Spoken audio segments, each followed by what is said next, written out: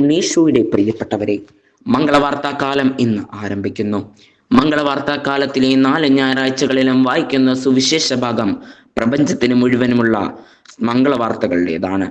ആദ്യ ഞായറാഴ്ച ഉദരത്തിൽ വെച്ച് തന്നെ പരിശുദ്ധാത്മാവിനാൽ നിറഞ്ഞ് ഈശോയ്ക്ക് വഴികാട്ടിയായ സ്നാപക യോഹന്നാന്റെ ജനനത്തെക്കുറിച്ചുള്ള മംഗളവാർത്ത, പിന്നീട് ഈശോയുടെ ജനനത്തെക്കുറിച്ചുള്ളതും.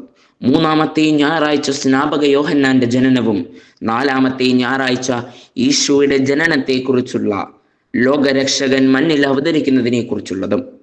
അതെ, നമുക്കെല്ലാം മംഗളകരമായ ആനന്ദകരമായ വാർത്തകളാണിത് എല്ലാം. ആട്ടിടയന്മാരെ സകല ജനത്തിനും വേണ്ടിയുള്ള സന്തോഷത്തിന്റെ സദ്വാർത്ത ദൂതന്മാർ അറിയിക്കുമ്പോൾ സ്വർഗീയ സൈന്യങ്ങൾ ഇപ്രകാരം പാടുന്നുണ്ട്: അത്യുന്നതങ്ങളിൽ ദൈവത്തിന് മഹത്വം, ഭൂമിയിൽ ദൈവകൃപ ലഭിച്ചവർക്ക് സമാധാനം.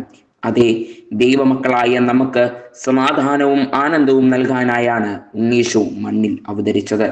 മംഗളവാർത്തകൾ സ്വീകരിക്കുന്ന നമ്മെ നോക്കി മംഗളവാർത്ത സ്വീകരിച്ച മറിയം വെല്ലുവിളിക്കുന്നുണ്ട്.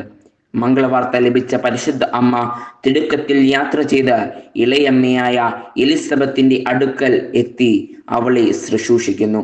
അങ്ങനെ അവൾ അവളുടെ സന്തോഷം മറ്റുള്ളവർക്ക് പങ്കുവെച്ച് അവരെ ശുശ്രൂഷിക്കുന്നു, അവർക്ക് സന്തോഷം പകരുന്നു. നമ്മൾ ഓരോരുത്തരും ആകേണ്ട, വളരേണ്ട, മറ്റുള്ളവർക്ക് സഹായമാകേണ്ട, മറ്റുള്ളവരെ പരിഗണിക്കേണ്ട തലങ്ങളെയാണ് പരിശുദ്ധ അമ്മ നമുക്ക് കാണിച്ചു തരുന്നത്.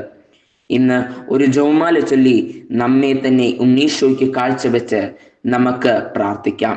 നാം ആകേണ്ട അവസ്ഥയെപ്പറ്റി, നാം ആകേണ്ട മംഗളവാർത്തയെപ്പറ്റി നമുക്ക് ധ്യാനിക്കാം. നക്ഷത്ര വഴികളിലൂടെ നമുക്ക് നടക്കാം, പുൽക്കൂട് ലക്ഷ്യമാക്കി. ഉണ്ണീശോ നമ്മെ അനുഗ്രഹിക്കട്ടെ.